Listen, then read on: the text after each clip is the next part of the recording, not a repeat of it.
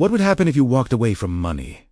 Forever. No cash, no credit cards, no rent, no bills. Just you, the world, and whatever nature provides. This isn't some crazy thought experiment. This is the incredible true story of Daniel Suelo, the man who lived for 15 years without using a single dollar. In the year 2000, Suelo was 39 years old and felt completely disillusioned with modern life. He saw money as the root of stress, inequality, and a system that assigned artificial value to everything. He felt trapped in an endless cycle of debt, competition, and constant pressure to earn more, spend more, and be more. So one day, he made a decision that would change his life forever. He found a phone booth, left his last $30 inside, and walked into the vast Utah desert with nothing but a backpack and a promise to himself: never use money again. He had no safety net, no grand plan to return to society. This was it. He was committed. So how in the world did he survive? Well, Suelo found a small cave near Moab, Utah, a natural shelter carved by wind and time. This became his home. From there, he began to live the way our ancestors did for thousands of years. He learned to forage for wild edible plants and berries. He hunted and fished when he needed to. He collected fresh water from nearby streams and springs. He also found creative ways to live within the modern world without participating in its economy. He would salvage useful items from dumpsters, things people carelessly threw away. He volunteered his time and labor at local farms or communities in exchange for a warm meal, and he relied on the generosity of the people he met along the way. But here's the crucial part.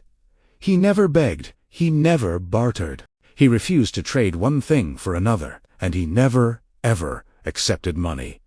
Not even as a gift. If he couldn't get something for free, he simply learned to live without it. For Suelo, this wasn't just about survival. It was a deeply philosophical choice. He believed that nature already provides everything we truly need to live. In his eyes, money was an illusion, a man-made symbol of scarcity in a world that was actually full of abundance. He wanted to prove that you could live a rich, fulfilling life based on faith and connection, not transactions. And he wanted to share his ideas. Using the free internet access at a public library, he started a blog. It quickly attracted thousands of curious readers from all over the world, fascinated by his radical experiment in living. Naturally, his story drew a lot of attention. Some people hailed him as a modern-day prophet, a visionary, challenging the foundations of our consumerist culture. Others dismissed him as an irresponsible freeloader, a man simply avoiding the duties of adult life. But Suelo was clear. He wasn't trying to start a movement or tell anyone else how to live. He was simply living in a way that felt honest, peaceful, and true to his own conscience. Over the years, Suelo became an unintentional icon of anti-consumerism and the simple living movement. Journalists hiked to his cave to interview him. Documentaries were filmed about his unique lifestyle. A best-selling book was written about him, titled The Man Who Quit Money. His story forced people to ask some pretty uncomfortable questions. Questions about sustainability, about privilege, and about what freedom really means in the 21st century. Was he escaping responsibility, or was he escaping a system that never made sense to him in the first place? What is the true cost of our modern lives? After 15 years of living completely money-free, Suelo's journey took an unexpected turn. He decided to return to society to help care for his aging parents. For him, this wasn't a failure of his experiment. It was a choice rooted in love and compassion, which he decided was more important than sticking to his principle of living without money. His journey came full circle, proving that connection to others was his ultimate value. Today, Daniel Suelo's story serves as a powerful reminder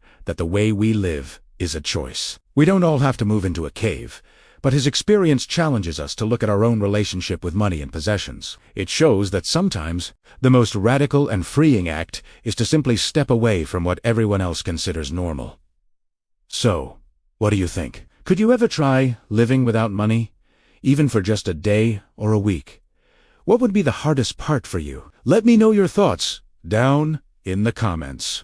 Thanks so much for watching, and if you enjoyed this story, be sure to hit that subscribe button for more. See you next time!